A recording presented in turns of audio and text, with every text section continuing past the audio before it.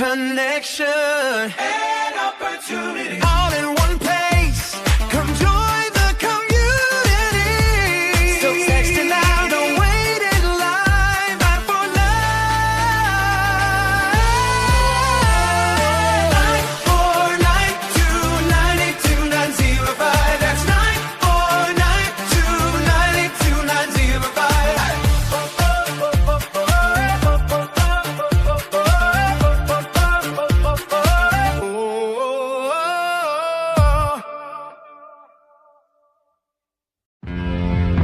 They discovered it, they read it, and they applied it. It's the golden thread that connects the titans of the self-development industry, the source that spawned millions of millionaires, the original blueprint to success. Think and Grow Rich by Napoleon Hill. Think and Grow Rich. Napoleon Hill, Think and Grow Rich. It's a classic. A classic. And I love Think and Grow Rich. I love it. It's right here. I mean, it's one of my favorite books of all time. Think and Grow Rich by Napoleon Hill. This material is what changed my life. This is the material I study every day. From being an immigrant woman, coming from poverty, and really coming to America and literally achieving the American dream. I can't even tell you how grateful I am for this man, for what he did for me and my family. Whatever the mind can conceive and believe, the mind can achieve.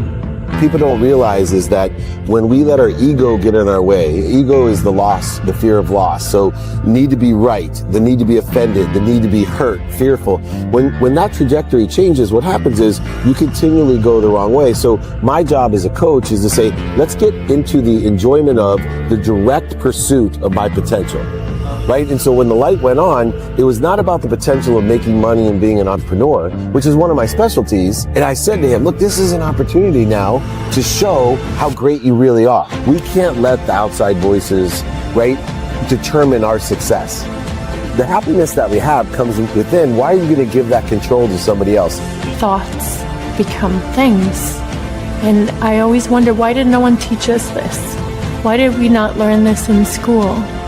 Why did we not learn this from our families? If you make your study a priority, your life will change. And I came up with 4 really valuable things that I took stock in. And the first one was gratitude. Simple gratitude. Although I grew up with nothing, I was always grateful.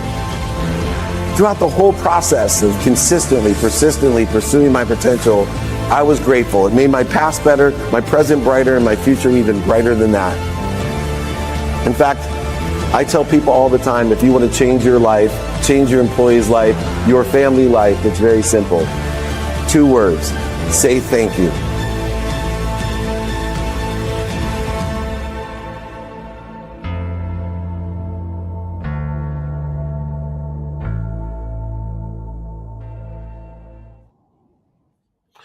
Good morning, everyone.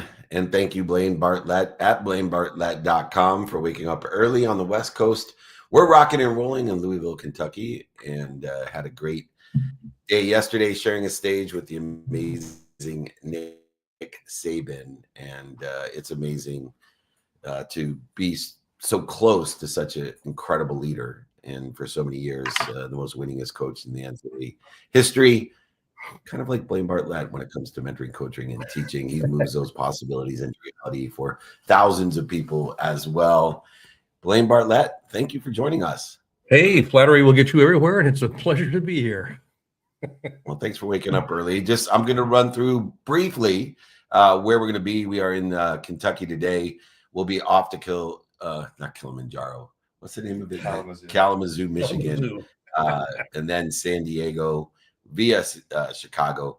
Season 11, I don't know if Blaine's joining us, but we'll be there in Las Vegas again for season 11 of Office Hours in the lobby of the Wynn Hotel, the resort there in Las Vegas.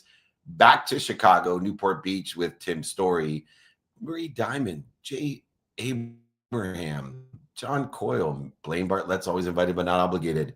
Then back to Las Vegas, and we're going to finish up strong. All-Star Game in Philadelphia, Pennsylvania, Fanatics Fest in New York, SoFi Stadium reopening, and of course, Miami FC with Messi and a London mastermind, which will beg Blaine Bartlett to come join us with Kishore Lula and so many more there in London.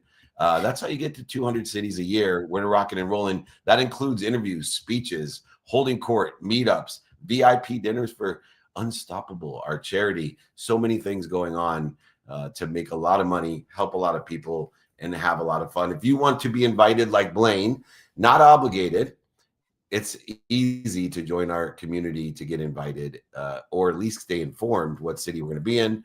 You heard the jingle before we got on. 949 is the area code, 298. The last four numbers are 2905. That's 949-298-2905. We are blessed. And we're going to get started, Blaine. And you, I believe, are blessing everybody again by taking Q&A after the training. Is that correct? Absolutely. Looking forward to it. All right. Well, this is one of my favorite trainings called Speak It into Reality. And I always say spell it into reality because people don't realize why they call it a spell because we spell it and cast a spell by what we speak into reality. So many different movies, books, TV shows like Aladdin are aligned with this idea of what we think becomes our perception or our meaning. That perception of our meaning impacts our behaviors, and our behaviors create our outcomes, our results, our reality. And you're the master. So this is a Blaine Bartlett training of bringing possibility and thought into reality. Everything we create in our lives exists twice. That's something I learned from Blaine Bartlett. First, in our minds, as I mentioned, thought to perception, perception to behavior, behavior to reality. And these thoughts we think and the words we speak and the emotions that we believe and feel, we attach them, they become instructions for our subconscious mind and even our unconscious competency, impacting our genetic and energetic inheritance.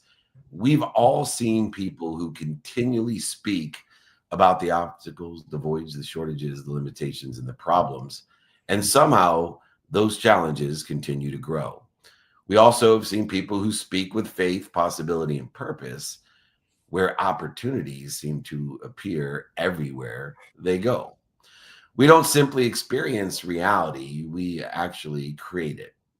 What we repeatedly say, think, feel, do, and believe become our reality. And coming into lesson number one that I'd like to discuss with Blaine is the lesson of our subconscious mind is always listening. And if anybody would like the exercises and guides from today or my book, remember my email. We will send it, sign it, pay for it, ship it to you, give it to you. David means beloved. At D is my first initial. Meltzer means servant. Let me be your beloved servant. Email me, david@dmeltzer.com. Blaine, whether we're intentional or not, our subconscious mind will provide a consistent, persistent reminder of processing information that is based off of the meaning of the past and the traumas of the past. And they will shape what we say, do, think, feel, and believe, which obviously affects our behaviors, which will affect our outcomes. And these conversations that we have, the content we consume, the people we surround ourselves with, all become the sensory cortex of the conscious mind that influences the subconscious. And 80% of the subconscious mind, the thoughts are negative and they're constant. And they impact our genetic and energetic inheritance. In other words, they have the most impact on our future outcome. And so as we look at investing in ourselves, Blaine, what are some of the tools that we can use to program our subconscious mind correctly? That's a great question. And I think it starts with understanding and appreciating that everything is consciousness. I mean, you just have to, you have to embrace that as just the way that the universe is assembled. And I say assembled very specifically here because it's all a function of how we put things together. And the one thing that we have that is our mortar, if you will, of our building platform is our inner speaking. We're always talking to ourselves in some way. So the answer to that question about, how do I go about doing some of this stuff is I start to monitor. Like you mentioned, fully 80% of the conversations we have with ourselves, not out loud, but internally, are negative in some way, shape, or form. What's also interesting is about 90% of the thoughts that we have are repetitive thoughts. They're the same thought that we had yesterday. Names and faces have been changed to protect the innocent, but they're the same kind of thoughts. And over time, that repetition starts to, carve ways, the neuronal structure in our brain starts to, adapt and adopt to those conversations. And how I describe something determines how I feel about it. How I feel about it generates my behavior. So when somebody's doing something and you hear them say in answer to the question, why'd you do that? And they go, I don't know. Yeah, I just did. It's because the neuronal structures have been wired, and what wires together fires together. I mean, that whole aphorism. So what we want to be able to do is monitor our inner talking, our inner speaking. And that's So one of the true. keys to this whole thing. Yeah, and remind ourselves the question is whether we're investing in our future or financing our limitations, because we'll never overachieve that self-image that's created by these meetings. If anybody would like the first lesson, our subconscious mind is always listening. Just email me, david@dmeltzer.com. Lesson number 2 of Speak It Into Reality is our emotions. The energy emotion turns our thoughts into actual instructions. And these thoughts alone have limited power, but the thoughts fueled by intention, by emotion, become commands. And command means to work with that subconscious mind that acts upon and believes upon and feels upon the thoughts that we have. And so I see so often 2 different people that I'm coaching with the exact same objectives. One of the persons attaches to gratitude, excitement, and purpose to the goal, and they create so much more momentum, while the other person looks at what they don't have, what's missing, what other people want, what social media says, and they end up with exactly that: what's missing, what they don't have, what they don't want, what other people want, or what social media wants for them. And they end up with a huge void, a God-sized hole that's filled by everything and anything but God. Understanding emotions, how does emotions interplay with the thoughts that actually will instruct us on the behaviors to give us the outcomes that we desire or better?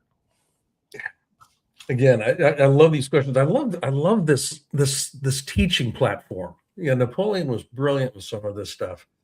There's a big difference between intellectual understanding of something, which is where people will have a vision board and they see the vision and they intellectually understand the law of attraction. What they don't necessarily appreciate and actually resonate with is the law of vibration. Emotion is energy in motion, and I have to be able to make sure that there is a difference between cognitive understanding and knowing it in my body. That feeling structure. Creation is a vibrational function, and I don't just create with thought in the sense that I'm intellectually aware of something. I create through the emotional vibration of it. So I have to become resonant with and come from that ideal. So if I look at my vision board, the vision board is out there, and I look at the pictures on it, and it's out there. It has to be in here. It has to be, I have to feel it. I have to breathe it. I have to speak it every waking and unwaking moment. The problem people run into is they look at external reality and they go, yeah, but. And that's where faith comes into play here. Faith is the ability to take a look at the external reality and go, that isn't the reality that I'm organized around. That's an illusion as much as the internal is an illusion. I know, which illusion do I want to have in play? It's interesting because, everybody at the beginning watching the movie The Secret with a lot of our friends from the Transformational Leadership Council, they were most focused in on what we were paying attention to, those vision boards. But until you give it intention of what we say, do, think, feel, and believe, these emotions, the energy emotions, and repeatedly attached to those thoughts, that's when they become a coincidence, or the universe coincides with it. beyond a law of attraction.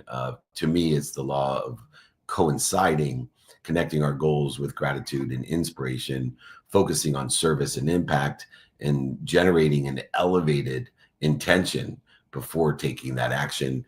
If you would like the guide or exercise to the emotion that turns thoughts into instructions, please email me, David at dmeltzer.com. David means beloved. D is my first initial.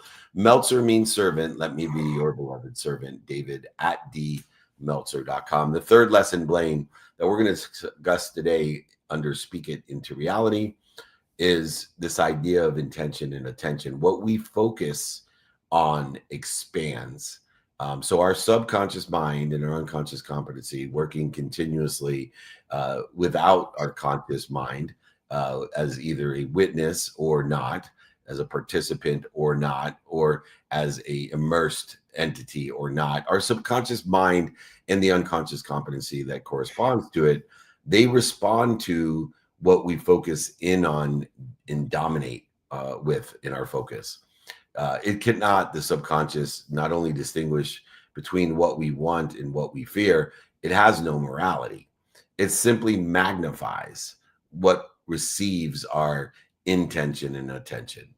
And so when we focus in on scarcity, we find evidence of scarcity. When we focus in on opportunity, we begin to see possibilities that you take and make into reality that were always available. We just cleared what was interfering with it. It's the best piece of marriage advice that I ever got is look for what you want in your marriage. Look for what you want in your partner, and you'll get more of that, David. Not a very difficult or complex philosophy, but our attention determines that experience.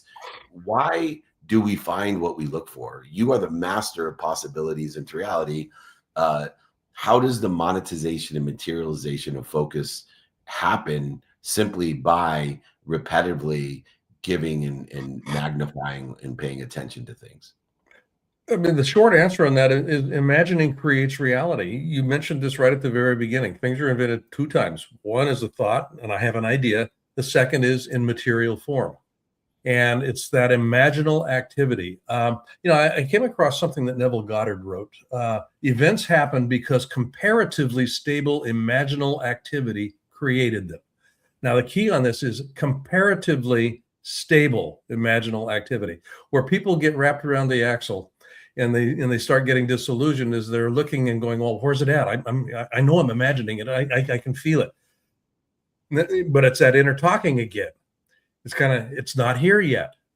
They're thinking that it's supposed to be out there. It's supposed to show up out there. No, it shows up in here first. It has to be in here first. Imagine, comparatively stable imagining. It's not about being perfect in my imagining. Comparatively stable over time. This is where the repetition comes in. Comparatively stable over time. I start creating a different neuronal structure in my brain, which how I describe something determines how I feel about it. My feeling structure generates behavior, and I start behaving in concert with that ideal. Yeah, that ideal is putting meaning to that perception created by the thought, and that perception creates the behaviors. Those behaviors then create that reality, which is why it's so important to replace and to be a witness to our consciousness of fear to faith or scarcity to abundance, and focusing on opportunities, not the obstacles. And I think at its core, these are major, simple focus philosophies that will change everything in your life. Some people call it optimism. It's more than optimism. It is actually how the conscious mind works and how the universe works. And when we, put that meaning to it, we can put what we focus in and expand it into our life, faith, abundance, and opportunity. If you would like to learn how to focus in on what you want and expand that in your life, email me, David at dmeltzer.com. David means beloved. At D is my first initial. Meltzer means servant. Let me be your beloved servant. Lesson number 4, Blaine. One which blessed to have a thing called OCD that helps me with this, but repetition creates belief. So every repeated thought, word, feeling that we have becomes stronger. Everything behavior wise that we do exponentially accelerates, aggregates, and compounds. Over time, these thoughts that become perceptions, perceptions that become behaviors, and behaviors that become outcomes, they actually will accelerate, compound, and aggregate, creating these great changes in alignment with our divine direction. These habits that are formed by the perceptions that are created by our thoughts shape the lives, and we need to repeat them so many times until they get to be automatic in the subconscious and unconscious competency. Success is not an individual event, it's programming. And this is why coaching, teaching, and mentoring is so important. And you program people as a teacher, coach, and mentor to be successful. What do you do to get them to overcome the conflict with human nature to be repetitive? There's a distinction between success and succeeding. And that's, I mean, if there's nothing more in this lesson, it's that piece right there. Success is the focus on the outcome. Yes, did I get it or not? Succeeding is, what am I doing between now and the realization, the manifestation of that ideal? And it's the succeeding piece that I want to be paying attention to. Am I behaving, thinking, smelling, talking, feeling? I mean, all of these things in concert with that objective. So I take a look at the succeeding elements. Am I doing that which will allow me to land at wherever it is I'd like to be going? Think about it in terms of driving a car. When you first learned to drive a car, it was white knuckles. It was kind of like, I don't know how to do this. But over time, the succeeding elements came into play. You don't even think about it now. It becomes habitual. Got the key fob, you push the button, and you know where drive is, you know where reverse is. And you don't even really, cognitively think about it. It's just a habituated way, and you end up succeeding through all of those succeeding elements. You end up with success at the end of the drive. You got to Kroger's or wherever it is that you landed. So that's kind of how this works metaphorically. It's the succeeding elements that I want to be paying attention to. Am I doing that which would be consistent with someone who has this outcome or this reality in their life? Yeah, it's so important to categorize our behaviors, and I do a simple categorization of, is this behavior, whatever it is, do, say, think, feel, or believe, is this behavior aligned with where I want to be or better, or is this behavior interfering? And you can't go by understanding that, if you do what you feel, then you'll end up feeling like you don't want to go work out, but you want to go for self-pleasure, and you'll end up a mess. We need to be consistent to shift that paradigm in our own feelings, that we are addicted or we want to go work out and we don't want to sleep in and eat bad food or whatever it may be. So it is a absolute proven fact that repetition creates beliefs. These beliefs create the behaviors create the outcomes. So create, whether it be either daily affirmations, say gratitude morning and night, but just reinforce what you do, say, think, feel, and believe through consistent behavior, because it's consistent behavior that accelerates, aggregates, and compounds the divine direction or results that you desire. So everyone, if you would like the exercise and guides of all of these, but particularly lesson 4, repetition creates belief, David at dmeltzer.com. David means beloved. At D is my first initial. Meltzer means servant. Let me be your beloved servant and serve you up the exercises, guides, and books today. Just email me. That'd be the easiest way to do so. Lesson number 5, Blaine, for us to discuss is, I was talking about spelling and casting spells, speaking our desires into reality. Your tagline is moving possibilities into reality. And part of that is speaking these possibilities into probabilities and probabilities into reality. I always say possibilities are formed when you know what you want in your divine direction of where you want to be and align the meaning of the past with it. When you know who you can help and who can help you, those possibilities become probabilities, a mathematical advantage by knowing who you can help and who can help you. And then knowing how, by utilizing and assigning time of attention and intention, will equal the coinciding or the realities, the monetization or materialization of what you desire. And speaking is a step that occurs after thought, and goals remain very distant when they stay in thought. When we consistently speak them, write them, emotionally connect with them, they now become devotional.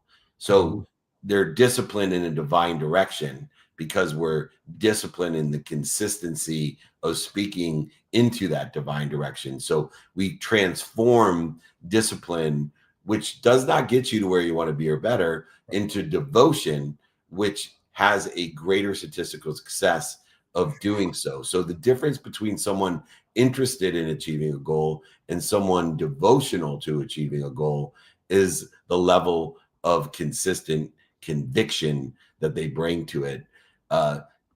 Can you help people understand how important it is to add an expansive devotional speaking into what you want to have in your life or these realities?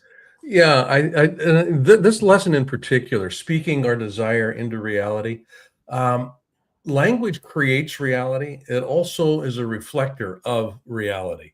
So when I start paying attention to not only the language that I'm using, the speaking that I'm doing on a daily basis, am I identifying things that are, or am I speaking about things that are consistent with that ideal that I would like to see experienced in my life? Do I speak that into life? Do I speak it into life? There's also the other part of it has to do with this inner speaking, this inner talking. I'm continually having this conversation go on, and I look around and I go, it's not here yet. See, the big problem, and this is where Napoleon talked about in Outwitting the Devil. The big problem that comes into play here is we start drifting because we start paying attention to external reality, what we call reality, the externalities, and we go, it's not here yet. Devotion has to do with a recognition and an embracing that it's already happened. I just haven't arrived. It's already here. I just haven't arrived. This is what it looks like as I'm arriving. I don't pay attention to what's in the external environment. I pay attention to what's in the internal. Language creates reality. It also reflects reality. I want to have them aligned. I want to have them aligned. And, So and I know that when the but comes into mind, that's where I'm out of alignment. Yeah. And for me, I believe that in that arriving is really the paradigm of what am I doing to interfere with it? So because I've actually already been a part of it, arriving or arrived, that which I desire and I produce intention of devotional behavior of what I do, say, think, feel, and believe, is categorizing, is what I'm doing, saying, thinking, believing, is this devotional behavior aligned with the divine or interfering with it? Because I've already arrived, it's already here, in that reality. And we seek inside what we want outside. Too many people are looking outside, but it's so simple to speak our desires into reality. But we need to be disciplined and devotional. I know so many people so disciplined in working that they forget to make money. They're so disciplined working, they forget to spend time with their family. They are so disciplined working, they forget to take care of themselves. When if they're devotional about working, they'll make a lot of money, they'll spend time with their family, and they'll spend time developing themselves, their health, mental, physical, and spiritual health. And so if you want to learn the exercises to speak your desires into reality, email me, david@dmeltzer.com. David means beloved. D is my first initial. Meltzer means servant.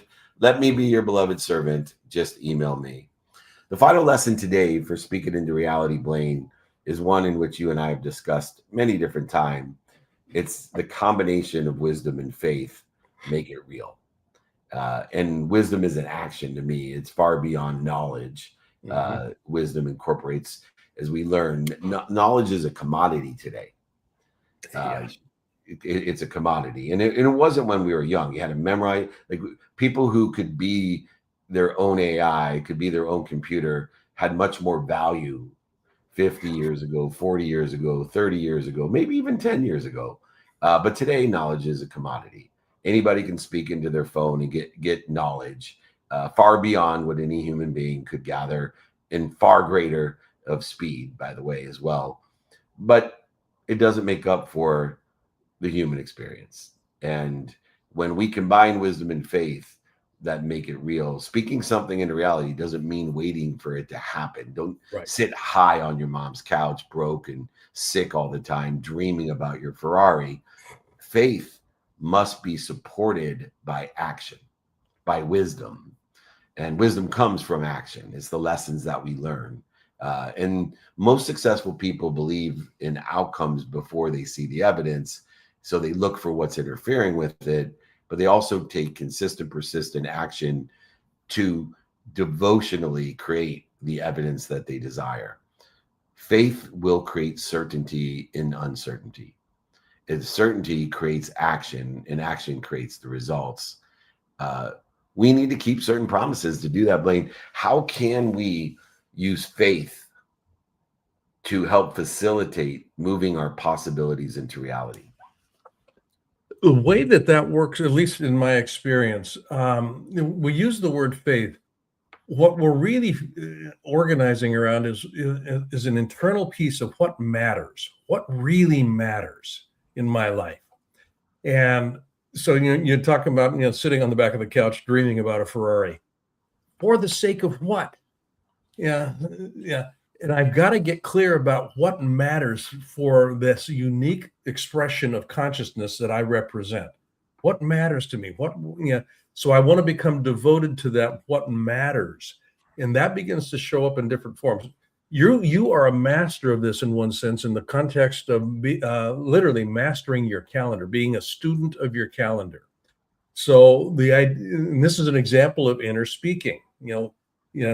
When I'm focusing on my calendar, I'm not necessarily using words, but I'm looking at the language of calendaring as a mechanism by which I begin to organize the actions I'm taking in consistent, persistent pursuit of that worthy ideal. What matters to me? I've got that lined up. I've got it in my calendar.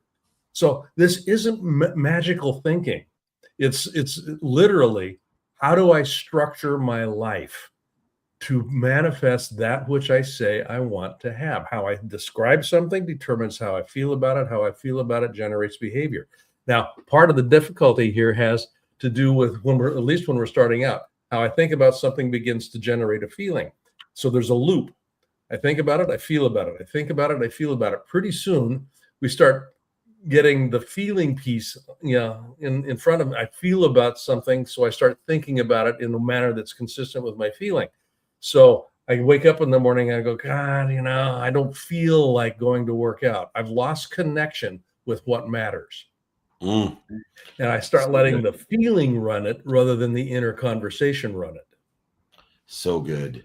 If you would like the lesson on wisdom and faith, shortening the distance of resistance, so faith and action will make it real, just email me, David@dmeltzer.com. David means beloved. D is my first initial. Meltzer means servant. Let me be your beloved servant. Get the replay of this training. Get the guides and the exercises. Remember that our subconscious mind is always listening. Emotion will turn your thoughts into instructions. What we focus in on expands. Repetition creates belief. And speaking our desires into reality, finally shorten the distance of resistance, that faith and action make it real. Speak it into reality training. Our future is being shaped every day by what we do, say, think, feel, and believe. When these elements are aligned, extraordinary outcomes become reality. Our possibilities become probabilities. Our probabilities become reality. So many people want success, but what they do say, think, feel, and believe are filled with fear, doubt, shortages, voids, and obstacles, what other people want, what's missing, and what they don't have, even what social media wants for them. Their words are filled with fear, and their actions lack consistency. Alignment changes everything. Success happens inside before it appears outside. The reality we experience tomorrow is already here. Yeah. We just got to figure out what we're doing to interfere with it. And we do that through the conversations we have with ourselves every single day. This has been the Speak It Into Reality training. If you'd like, once again, to replay the guides, just email me, david@dmeltzer.com. I want to say thank you to Blaine Bartlett. I'm off with Nick Saban here at Crash Champions in Louisville, Kentucky. We'll be in Michigan tomorrow, in Kalamazoo, San Diego on Friday, Vegas on Monday and Tuesday, season 11 of Office Hours, Chicago, Newport Beach with Tim Story, Marie Diamond, Jay Abraham, many, many more. Back to Vegas, then the All-Star Game in Philly, Fanatics Fest in New York, SoFi Stadium, see it, the Miami FC with Messi, and then a UK mastermind with Kishore Lula in London. That's how you get to 200 cities. That's a boastful couple weeks, and we are here to be of service and of value. Once again, if you want to stay informed or invited, area code 949. Next three numbers 298. Last four numbers 2905. That's 949-298-2905. I'm going to hand it off. We are blessed to have my mentor, my coach, my teacher, who has helped me move so many possibilities into reality, Blaine Bartlett. Go to blainebartlett.com. He's here to take Q&A. Mikey, you going to take over, or who's going to host us? Oh, yeah. You got me? Hear me in Clubhouse? What's up, Mikey? Good morning. All right, take it over. Thank you, Blaine. You bet, buddy. Welcome back. Welcome back, Carter. Here we go. All right, before we jump into some Q&A here live, the chat is blowing up. So I'm going to go ahead and jump to the chat first. I'll pull the question up here on screen. So we can address some of these questions here, get some love to the chat, and then we'll jump into some live questions. Sound fair? All righty. All right, perfect. First one here I'm going to pull up on screen here is Paul Brinley. Let me know if you can see that and if we're all good with that first question.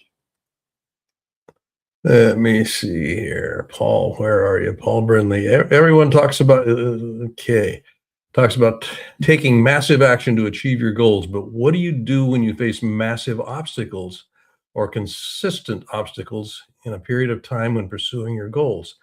How do you deal with the issue? Paul, that's a great question. And I say it's a great question because it's something that I think everybody will encounter, and everybody, in fact, does encounter at some point in time. Marcus Aurelius, when we think about this in the context of Stoic philosophy, in his book Meditations, which was his private journal, he speaks about the obstacle being the way. And what's interesting about that particular phraseology and that particular point of view is a recognition that the obstacles that I encounter would not be in my experience unless I was on the path to what it was that I said I wanted to have. And you just stop and think about that for just a moment. Yeah, if I'm walking a path, there will be certain things on that path. All the time, there will be certain things on that path. The obstacle that I'm encountering is something that is part of the path. It's not something that's stopping me. It's something that is actually part of the path. And then my role in, think of this in the context of the hero's journey, is to use the obstacle. The obstacle is the way. That ideal that I want to achieve oftentimes will require me learning, doing, or being different than how I was when I first started the journey. So the obstacle actually represents a mechanism by which I learn how to do, be, or think differently, so that I'm actually preparing myself and I'm actually leveraging the structure of the path that enables me to be successful. Yeah. So I made the point in the formal training period here that there's a difference between success and succeeding. Succeeding has to do with learning what the obstacle is providing for me. What's the lesson? What's the skill? What's the knowledge? What's the, whatever it may be. What's the obstacle presenting? So it's easy to become disillusioned when I'm facing a massive obstacle or a consistent obstacle. What it basically is suggesting to me is I still have something to learn here. I still have something to develop. There's still something that needs to be done, those sorts of things. So, we made the point in the formal teaching, the universe is neutral. I mean, it's just putting stuff up. It doesn't really care about my feelings. I don't want to have the obstacle, but I also know that I'm not going to grow unless I have the obstacle. So that's one way that you can begin to think about it. And it is an inner conversation. It truly is an inner conversation that I hold with myself. And I literally embrace the obstacle and look at it from the perspective of what's here. What's it teaching me? What's it allowing me to become? Or what's it forcing me to become sometimes? Amazing. Thank you, Blaine. Appreciate that. I'm sure getting some feedback in the comments from everybody else, and they're chiming in on their responses to that as well. So thank you there. We have Sister Sue that joined us on stage. I saw you commenting on StreamYard as well. Thank you for joining us, Sister Sue. If you can unmute yourself and ask Blaine your question. Well, appreciation first to be surrounded by such excellent teachers and learners that are interpreting what Napoleon Hill wrote. And yes, we seem to need to be outwitting the devil, because the devil is like the wolves in sheep's clothing that have infiltrated the government health and human service sector, the educational health and human sector, and the nonprofits that we used to think we could trust for doing this important faith work, like the teachings of Jesus, and also how it's infiltrated into business with people calling themselves Christians. So I have been, I'm 72 at this point. I'm 10 years into retirement from my 40-year nursing career. And I loved doing capstone projects because I got to apply the learning of what I was certifying in to what was really applicable in the reality of what I'm seeing for families. Now I'm 10 years into this, and I seem to be continuously running into wolves in sheep's clothing. But I'm just so grateful that 3 years into my nursing, I decided to make a new updated covenant with God that I would return the health and well-being birthright to the people through the healthcare system.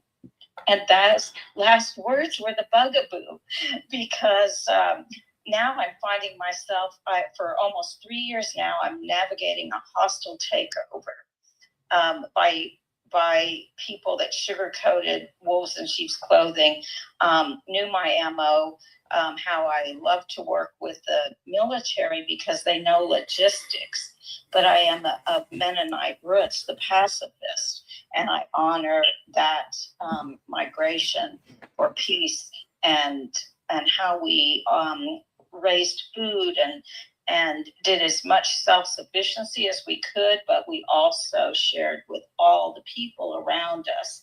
And when Catherine the Great gave them amnesty for 100 years, they raised the wheat around what is now people calling Kiev in the Ukraine. Then the rules changed, and they were told, now you're going to have to serve in the military.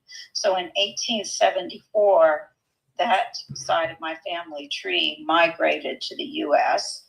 and they bifurcated. They came to the prairies. So my sector came to Kansas. So I love that I get to play with the Wizard of Oz there is no place like home. And home as a nurse in home health in the Appalachian Mountains for Frontier Nursing Service is where I realized what the people were up against.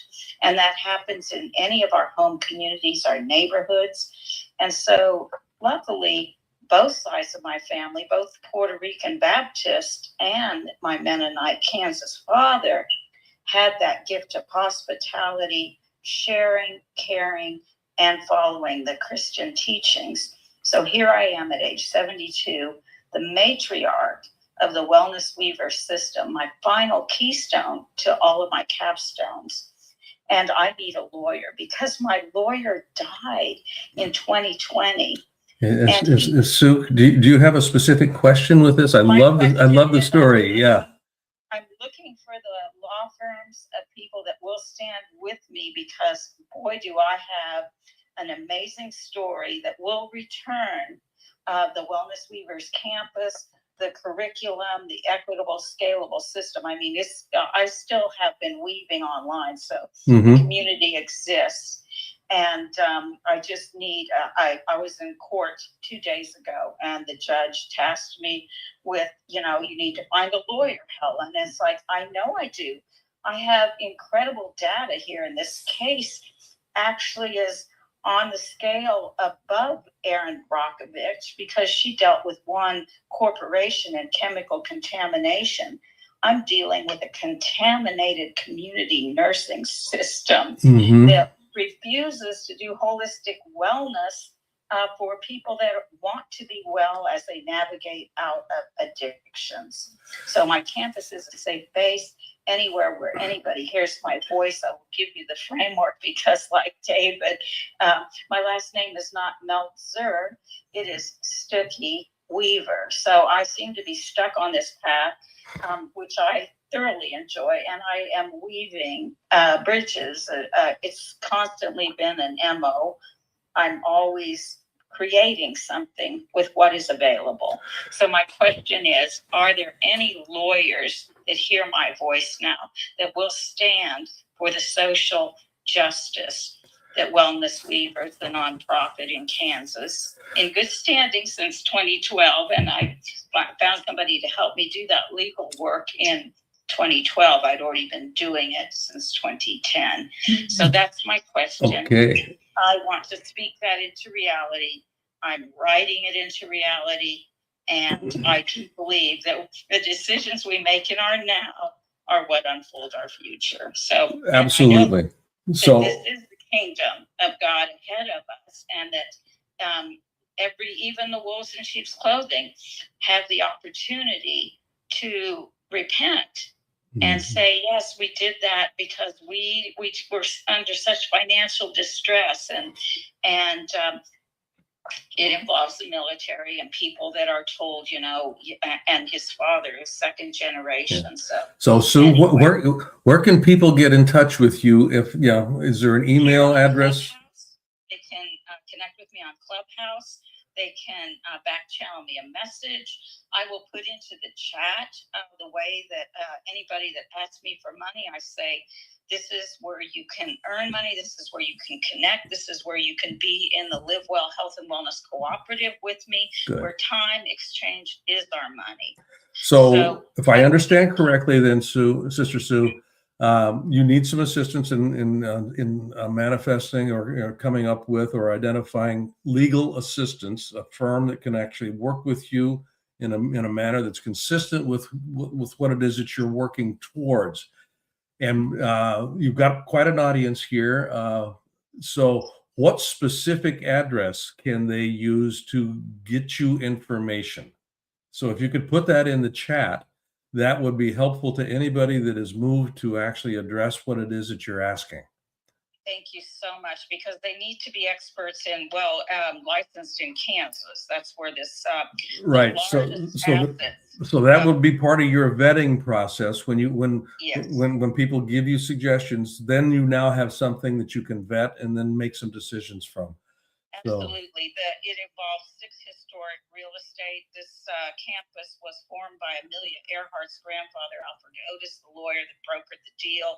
He reorganized the bankruptcy of the Atchison Pikes Peak line. We have 12 miles of dedicated real estate. So there are some developers that have manipulated. This is deep and wide. This is an LLC that agreed to fiduciary responsibilities with my nonprofit and then did a bait and switch. good. Well, we're not going to solve that problem here today, I don't think. but GPS of our gift of gratitude, guidance, prayer, praise, patience, and our social support system. Well, So I want, it's all coming together. excellent. I want to thank you for bringing this to the table. And folks, if you've got any suggestions for Sister Sue, she is putting the information in the chat. So just reach out to her, and we'll see what we can make happen there. Thank you, Sue. And pass the replays along. The There, more we can get it out, the better. Thank you so much. you bet. Thank you. Perfect. Thank you, Blaine. Thank you, Sister Sue. Appreciate that. Again, as been mentioned, please drop that in the chat so our community can help. Perfect. Moving on to the next question here. We have Marco Antonio is impatiently waiting here. Marco, what's your question? Good morning, Mike. Good morning, Blaine. Good morning, Marco Antonio. Good to be here, brother. Today, my question is, as entrepreneurs, we often talk about capital, talent, strategy as being, and market conditions as being constraints. But what if the real bottleneck is the leader's identity? What advice do you have for folks on just having more self-awareness and recognizing that maybe they've become the limiting factor in the business? Mm-hmm. They are the limiting factor in the business. I mean, very literally. People will rise. I mean, just think about this in the context of a leader with a team of people. My consciousness as a leader will set the ceiling of where my folks will actually go. And I want to continuously examine what ceiling am I setting. Market conditions are market conditions. I mean, my old friend Bob Proctor used to talk about this a lot in his program, in his programs. And Bob and I did some teaching together. But he would make this point that there were more millionaires made during the Great Depression than any other time in American history up until that point. There were more millionaires in the face of what was a catastrophic, people thought of it as a catastrophic depression era. And when we start thinking about it in the context of what's the opportunity, and this kind of goes back to Paul's question earlier about obstacles. The obstacle would not be present unless we were on the path. And as a leader, I need to be in a position to actually examine how I'm thinking of, acting around, feeling about the quote unquote obstacles that I'm encountering or that we're encountering as an organization. And the market condition is one of those things. It could be an obstacle. It could also, another way of saying that, could be an incredible opportunity to do something a little bit different, to reposition ourselves. There's a lot of different things go on here. We want to, there's a whole series of laws that come into play here, and I do a program that I call the hidden laws. There's 7 of them, 7 hidden laws of leadership, and they're kind of like the water in which we swim. These laws are operational all of the time, and one of the laws that I speak to is something that I call the law of creative constraint. And creative constraint literally speaks to, we have constraints in resources. We have constraints about people, money, material, just think of something that you could experience as a constraint. The market is constraining my ability to go to market, as an example. Supply chain issues. Those constraints actually can be a creative force. And a creative force in the context of it requires imagination to move beyond the constraint. It requires innovation to move beyond the constraint.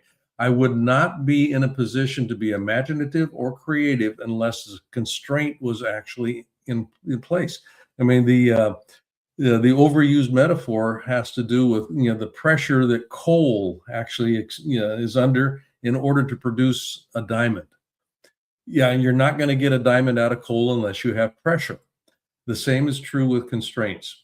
That's sort of a thing that comes into play. And the leader is the one that actually becomes the bottleneck. They either go, oh my God, this is horrible, we're going to die, or hey, this is fascinating. What can we do with this? How can we actually approach this? And I'm not trying to minimize the experience of having, issues in my life. That's, I'm going to feel the way I can be disappointed, but I can also keep moving. I can be frustrated and I keep moving. I mean, those sorts of things come into play. And that's the function of a leader, moving possibility into the recognition of a probability, such that probability now has more likelihood of becoming a reality. There's a migrational process that occurs with that. I imagine the possibility. I can recognize the probability of it because I've imagined it so vividly. And if I can get that to the point of probability, now there's a reality that can be manufactured out of that. Hope that's useful, Marco Antonio. Incredible, Blaine. I appreciate the answer. The constraint is a blessing and an opportunity for us to improve and get better. I think the thing I took away from here was opposition. The opposition will not be present unless we're on the right path. So thank you, my brother. Appreciate you. Absolutely. Absolutely. You bet, buddy. Perfect. Thank you, Marco, as always. Blake, moving on we have some more comments and questions coming in inbound on the live stream here. This question is inspired by Farmer Rob. Is how can entrepreneurs stay patient and with slow growth while ensuring their hard work is intentionally leading to profitability? Okay, can you state that one more time? Yep, no problem. How can entrepreneurs stay patient with slow growth while ensuring their hard work is intentionally leading to profitability? Okay. Well, I'm going to Farmer Rob. As a farmer, there's an interesting way that you can begin to organize this. When you plant seeds, you you prepare the field. And I grew up on a farm. You prepare the field, and then you plant the seeds. The seeds have got their own gestational timeline. It's not going to do me any good to stand over them and look down on them and say, grow. I've got things to do. You better grow faster. I've got places to be. The seed has got its own gestational timeline. What I need to be able to do as a farmer, I'm tending my field. As a farmer, what I sow and now I'm going to harvest. That gap between sowing and harvesting is the piece where patience, what we're going to call patience, actually comes into play here. What do I do in that gap? Well, what I do in that gap, and this is where success or succeeding comes into play. Success is the harvesting process. Succeeding is what I do in the interim. I water, I fertilize, I keep things moving. I tend to the weeding. I look at what's going to compromise the seed's ability, the plant's ability to flourish and thrive. I start removing the obstacles, that come into play here, or the noise, or whatever it might be that's in place here. The obstacle becomes one way that I begin to actually appreciate the fact that I'm actually tending the field effectively. And if I'm doing this organically without pesticides or anything else, I'm much closer to the earth and I'm much more connected to that growing cycle. So I'm not looking for artificial ways to do this. I'm looking for ways that I can actually get close to the earth, know what's going on vibrationally with the seeds that I've planted. And then when the harvest is ready to be reaped, I'm in a position to actually appreciate it, celebrate it, and work with it. So there's that dynamic that comes into play. So the universe's timeline is the universe's timeline. Yeah. What my job is to keep connected in a high fidelity sort of a way to what it is that I say I'd like to have, that ideal state. I've got and you can't see this, but one of the books that I've written 6 books. One of the books that David and I actually co-authored was called Compassionate Capitalism, A Journey to the Soul of Business. And it's a different way of looking about how business can be conducted and using compassion as a major component of it. I don't know that I'll ever see the realization of compassionate capitalism in my lifetime, but it matters to me. And it matters to me in such a way that everything that I do in my life is organized in some way, shape, or form around the realization, the manifestation of compassionate capitalism as a mechanism by which business is conducted on the planet. The purpose of business is to uplift the experience of being alive on the planet. It isn't to denigrate it. The purpose of business isn't to make money. If I'm uplifting the experience of living on the planet to everybody that is touched by my product, I will make money because people like being uplifted. That will take some time, though. There's a lot of, and this kind of goes back to Sister Sue's commentary. There's a lot of stuff in play that is, I could call this inertia. There's a lot of stuff moving in the opposite direction from what I would like to see happening. That's just the way it is. So that doesn't mean that it's a sign for me to give up. It means that gestationally, it's going to take time. If I'm really curating, if I'm really nurturing, if I'm really husbanding, if you will, that dream, that ideal, I keep myself focused on that, and my daily actions are consistent with that. And then the harvest will be what the harvest will be when the harvest will be. So that's kind of how that would end up working. Thank you, Blaine. Appreciate that. Looks like we're closing out here. We got time for about one more question. Allie, do you mind closing us out? Absolutely. Hi, Blaine. Hey, Allie. Good to hear your voice again.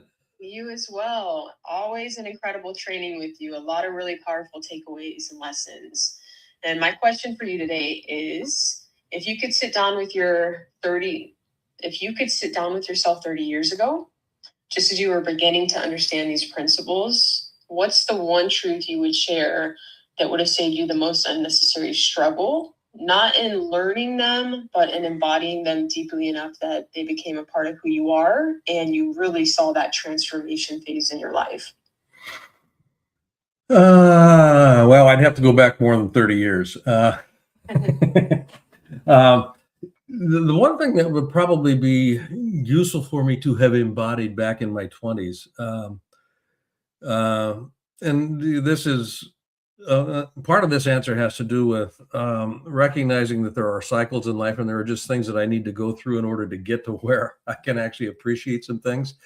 But one of the things that I'd like to have appreciated much earlier on was the idea of embodying, not just imagining pictorially, but embodying the experience of that ideal.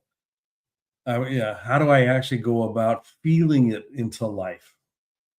In Hamlet, Shakespeare writes about Gloucester out on the moor, and Gloucester's talking, and he's asking, who was Gloucester? I forget exactly who he was speaking with, but the point of it here is he's asked this fellow, who is blind, how do you see?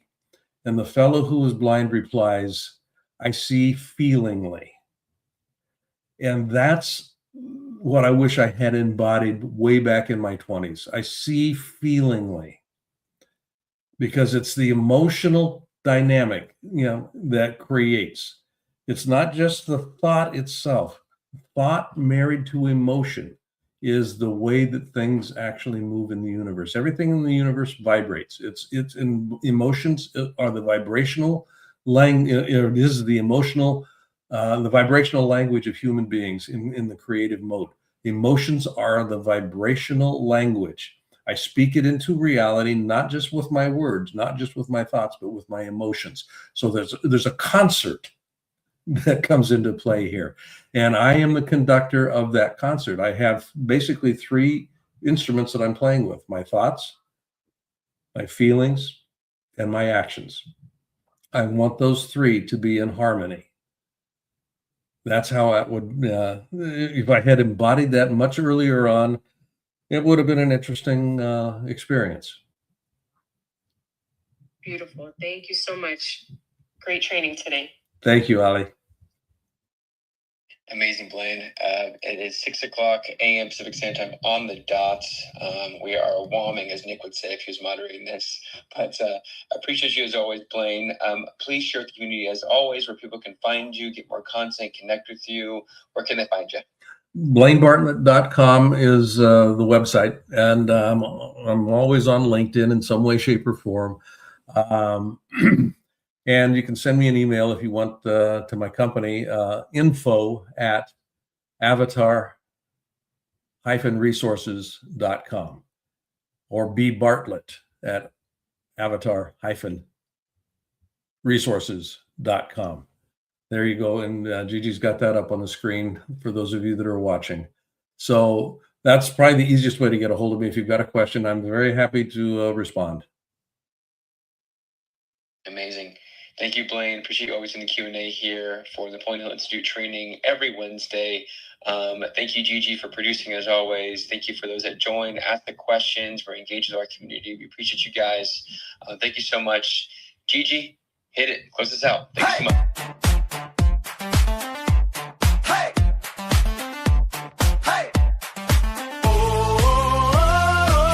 Wanna know where David's gonna be? Get invites, updates, and community. When he's in your city, you won't miss a thing. Just text the number, let your phone ring, ring, ring, ring, ring. 949-292-905. That's 949-292-905.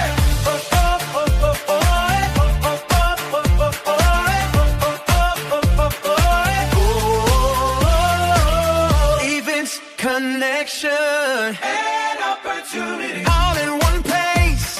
Come join the community. So text it now, don't wait in line. 949-292-905. That's 949-292-905. They discovered it, they read it, and they applied it.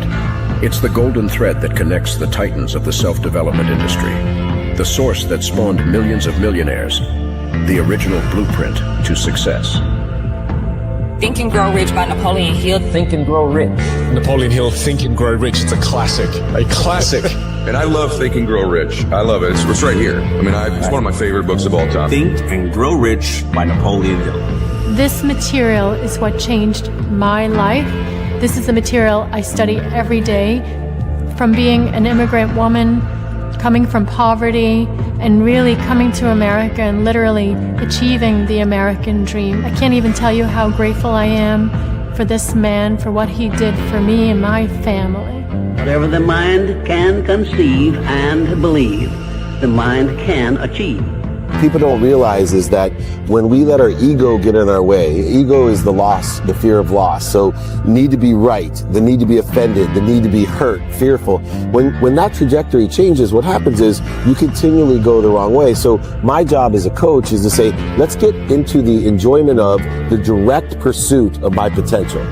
Right? And so when the light went on, it was not about the potential of making money and being an entrepreneur, which is one of my specialties. And I said to him, look, this is an opportunity now to show how great you really are. We can't let the outside voices, right, determine our success. The happiness that we have comes within. Why are you going to give that control to somebody else? Thoughts become things. And I always wonder, why did no one teach us this? Why did we not learn this in school? Why did we not learn this from our families? If you make your study a priority, your life will change. And I came up with 4 really valuable things that I took stock in. And the first one was gratitude. Simple gratitude. Although I grew up with nothing, I was always grateful. Throughout the whole process of consistently, persistently pursuing my potential, I was grateful. It made my past better, my present brighter, and my future even brighter than that. In fact, I tell people all the time, if you want to change your life, change your employee's life, your family life, it's very simple. 2 words, say thank you.